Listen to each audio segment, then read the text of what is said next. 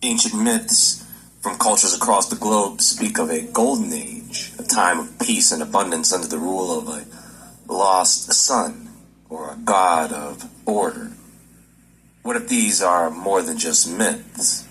What if they are fragmented memories of a distant past, when Saturn itself was closer to Earth than we can imagine? This is the foundation of the Saturn theory, an idea that suggests Saturn once occupied a central position in Earth's sky, so close it was the dominant celestial body our ancestors were talking about. Because why? Why this planet? Why was this planet one of the most revered in our solar system? Well, as the story goes, a long time ago, things in the heavens were a bit more chaotic. And at some point, Saturn, being the primeval sun, left our skies and moved further out into space, and the dominant light in the sky was taken over by our sun. And when Saturn left, a great cataclysm struck the Earth until everything stabilized. So now all the planets, sun and moon, are in stable orbits. Or should I say, according to the Book of Enoch, bound till the time when their guilt should be consummated, even for 10,000 years. Myths of global floods, darkness, and the overthrow of a cosmic power reflect these cosmic changes and the shift in the planetary configuration. It also models the story of a war in heaven, and the falling of angels and the casting out of a particular angel, who is also known as the Lightbringer, who has also been associated with Saturn. Saturn's cold, distant nature, and it being the farthest visible planet from Earth, in ancient times would end up being associated with darkness, separation, distance. This links with the symbolism of Satan as a figure who resides in the darkness, far from God, and whose influence is associated with alienation and evil.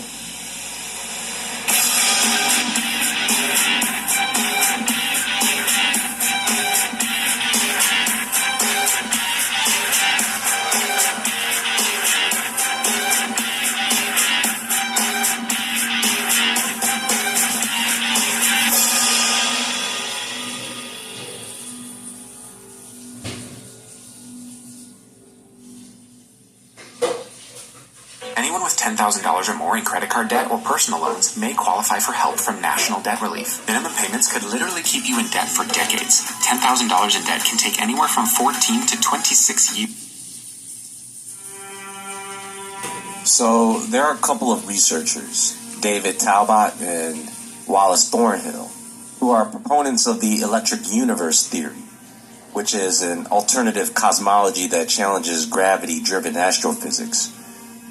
And I bring these guys up as an example to present research as to why someone would buy into this. The Saturn theory, which suggests that Saturn was once much closer to Earth, possibly serving as a central figure in ancient mythologies due to its prominent place in the sky. Talbot, a historian and mythologist, explores ancient symbols and mythology to argue that historical accounts of celestial events point to a much different solar system configuration in ancient times. Now, Thornhill, who is a physicist, proposes that electrical forces play a significant role in shaping the cosmos and planetary interactions versus the traditional gravity explanations. Now, in traditional Roman mythology, Saturn is known as the god of agriculture, time, and abundance. He represents the harvest, wealth, and prosperity, as well as limitation and decay.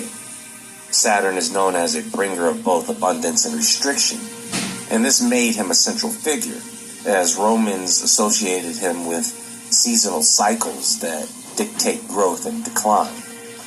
But again, why Saturn? Why this wandering star, among others? Because they were looking at a sky full of stars, especially without all the light pollution. And they didn't have telescopic lenses to zoom in on it. But still they gave this planet and the god Saturn a lot of credit I mean, they built several temples for this. Talbot and Thornhill argue that Saturn's identity as a god of plenty and bringer of prosperity originates from a time when Saturn was a highly visible celestial body, possibly a central sun. They say that early civilizations revered Saturn because of its life-sustaining influence, even associating it with the Golden Age when Earth's climate was stable and society thrived. This Golden Age was a mythical era marked by peace, abundance, and harmony. During this age, there was no need for labor, and resources were abundant, and ancient myths referred to this time as one of unity and divine order under Saturn's rule. And there are several time periods that were considered the Golden Age in a realistic sense. According to Saturn theory, Earth was once part of a polar configuration where Saturn appeared as a sun-like body providing light and stability. As the god of time and the planet having a slow orbit in a polar configuration, that may have Saturn seeming to be more of a stationary object. This cosmological setup, they argue, aligns with the ancient notion of a time before conflict, when humanity lived under a single benevolent influence. It's interesting, if we look at mythology, Saturn's rule came to an end when he was overthrown by his son Jupiter. Saturn was cast out, creating a theme of exile and separation from the divine order. Now Talbot and Thornhill interpret this mythic fall as an ancient memory of a cosmic event, because the story of Saturn is so weird, like many other stories of gods. Saturn's destabilization and movement away from the Earth, possibly due to gravitational interactions with other celestial bodies, because in the story, Saturn eats his children as they are born, and then regurgitates them later. Jupiter, at some point, is hidden from Saturn. So in this view, the myth of Saturn's overthrow by Jupiter reflects actual changes in the planetary configuration. As Saturn was displaced, the conditions on Earth shifted. And of course, we know that there were real planetary changes that disrupted early civilizations. Then there is the Roman festival Saturnalia, which some link to Christmas. And they celebrated Saturn with a temporary reversal of social roles and a loosening of norms. Slaves and masters exchanged places, and societal constraints were lifted. It was supposed to be a temporary... Now you know, Israel, that all the celestial planets, even Saturn, they're seeing this, what they're seeing that they're seeing comes in and out of our dimension, just like the sun, the stars, the moon. All that's coming in and out of different portals. This was talked about in the second book of Enoch, when he was taken and shown all these different things on the different levels of heaven. And since they know that they can't get in and out of the firmament, how can you see in space? How can Saturn be in space if no one can get out of the firmament to even see it? Even with Lucifer, the what do you call it? The telescope that they see, that's in Switzerland. They can't. And seeing that it's since the globe is supposed to be round and not flat, if they look out in space and see the sun that's close to the earth. And then when the sun is out in the morning time and in the evening, that they're seeing the planets, Saturn, is visible to the eye to see. I'd like to know how that's possible, Israel. Because unless Saturn, is what I'm trying to say, comes through a portal into our atmosphere, you can't see it. You can't see it. Just like when the sun goes down, it goes down and goes through a portal. And then the moon appears to give us night. We still have light at night because of the moon. But they're not seeing Saturn like they say they are. They're lying. Because unless it comes through into our dimension, they can't see it, right? And that would only come through a portal. This is what Enoch talked about when he was taken to heaven.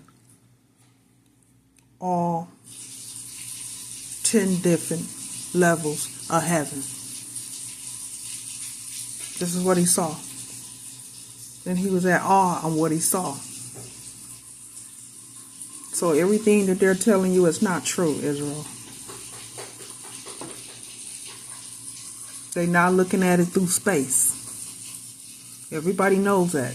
They can't fool us with that anymore. Not at all. We all know now. Return to the golden age under Saturn's rule. But of course, doing whatever you want and ending the night in a drunken orgy doesn't really represent a society that is in a golden age. Saturn's symbol in mythology is the sickle, which is associated with agriculture and harvest, but also symbolic of cutting and boundaries. Talbot and Thornhill say that these rings may relate. Okay, now see, you see, this the sun right here. See how small the sun is? That's the. What is this? What is this right here? What is that? What is this? They saying this is Saturn. They saying this is Saturn, the planet with the ring around it, or is it Planet Hill? Could this be Planet Hill here? Because Planet Hill is twice as big as the sun, way bigger than the sun. And everybody that goes outside to look up at the sky see it. This is the sun right here. See how small that sun is? What is this? It's not a reflection off the sun. What is that? Could that be a planet? Could that be Saturn? Could that be Saturn? Could it be Saturn? Could this be Saturn? Could this be Saturn? Or could this be Planet Hill? The people were talking about that they say they're seeing in the sky. Because it's definitely not this sun. It is too small. And it's not reflecting off the sun. It's something that's here. Maybe came from a different dimension. Or through a portal. Or maybe both. But it's definitely not this.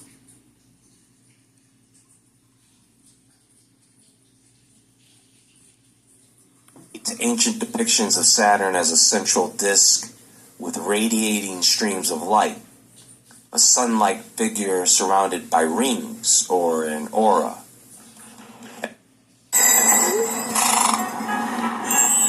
One more stop, boys.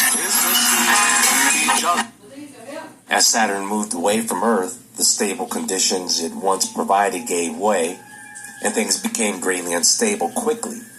And then there was the need for adaptation and survival. Then things stabilized once again, and Saturn is now in the position we know it to be in today. By combining historical, scientific, and mythological data into a narrative that can withstand scrutiny, then you have a theory that could move closer to being accepted as a plausible hypothesis, or another path to the truth. Anyway, that's all I really wanted to say about this.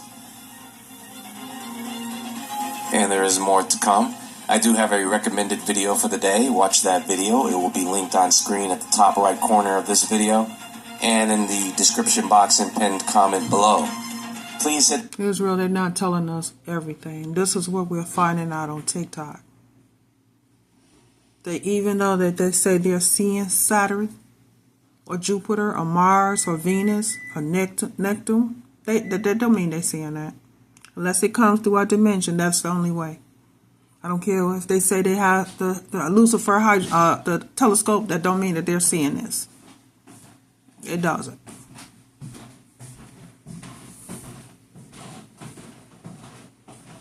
Thumbs up button on your way out. Check out my other links in the description box below. Follow me on Instagram at jwoodward. Everyone have a great day.